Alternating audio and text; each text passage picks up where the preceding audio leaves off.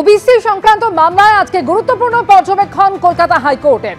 আদালত এটা আশা করে যে ওবিসি সংক্রান্ত মামলায় কলকাতা হাইকোর্ট যে রায় দিয়েছে রাজ্য সেটা অক্ষরে অক্ষরে পালন করবে। আজকে এমনই মন্তব্য করেছেন বিচারপতি রাজাশেখর মান্থা। ঠিক কি হলো আজকে আদালতে, বিস্তারিত জানবেন প্রতিনিধি সৌভিক মজুমদার।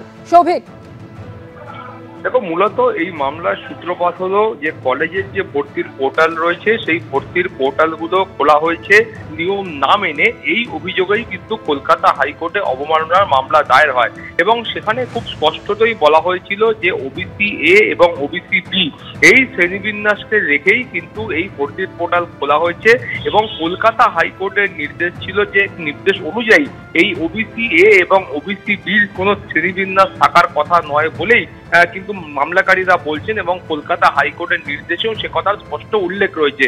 ফলে সেই কারণেই কলকাতা হাইকোর্টে এই মামলা দায়ের হয় এবং যেই মামলার প্রেক্ষিতে আজকে সরকারের তরফ থেকে বক্তব্য ছিল যে প্রাথমিকভাবে যখন তারা এই ভর্তির পোর্টাল খোলে সেই সময় কলকাতা হাইকোর্টের নির্দেশ তারা হাতে পাননি।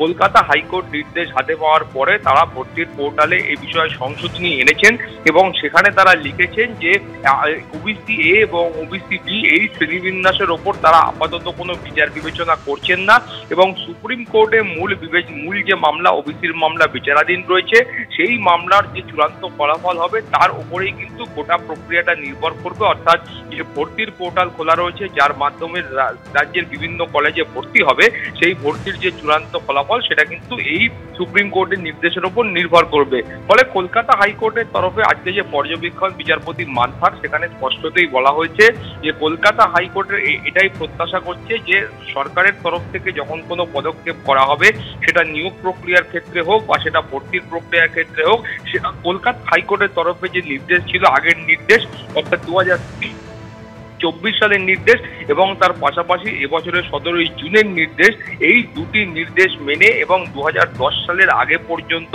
যে 66টি সম্প্রদায় যারা এই ওবিসি শ্রেণীর তালিকাভুক্ত ছিল, আওতাভুক্ত ছিল, সেই 66টি সম্প্রদায়কে নিয়েই গোটা এই নিয়োগ প্রক্রিয়া বা ভর্তির প্রক্রিয়া সংগঠিত করতে হবে এবং রাজ্য সরকার এটা করবে। এটাই কিন্তু কলকাতা হাইকোর্ট প্রত্যাশা করে। তার পাশাপাশি বলা হয়েছে যেহেতু আপাততভাবে সরকারের তরফ থেকে ওবিসি এ এবং ওবিসি বি এই শ্রেণীবিন্যাস নিয়ে তারা কোনো রকম বিচার বিবেচনা করছে না, অতএব কলকাতা হাইকোর্ট এটাও প্রত্যাশা করে যে যারা শুধুমাত্র ওবিসি শ্রেণীভুক্ত রয়েছেন অর্থাৎ 2010 সালের আগে পর্যন্ত সেই সমস্ত ছাত্রছাত্রীরাও তারা কিন্তু কলেজে ভর্তির জন্য এই পোর্টালের মাধ্যমে তারা আবেদন করতে পারবেন। ফলে আগামী শুক্রবারের মধ্যে সরকারকে হলফনামা দেওয়ার জন্য বলা হয়েছে এবং তার ভিত্তিতে পরবর্তী পর্যায়ের বিচার প্রক্রিয়া চলবে। কিন্তু আপাততভাবে যে ভর্তির পোর্টাল খোলা হয়েছিল সেটাকে বন্ধ করার বা তার উপর কোনো অন্তর্বর্তী স্থগিতাদেশ কলকাতা হাইকোর্ট দেয়নি। অর্থাৎ সেখানে যেমন আবেদন ছাত্রছাত্রীরা বা পড়ুয়ারা করতে পারছিলেন তারা সেই ভর্তির পোর্টালে আবেদন করতে পারবেন এবং সেখানে সরকারের তরফ থেকে যা যা শর্ত দেওয়া হয়েছে সেই শর্ত মোতাবেক তারা কিন্তু এই ভর্তির পোর্টালের মাধ্যমে তারা ভর্তির জন্য আবেদন করতে পারবেন।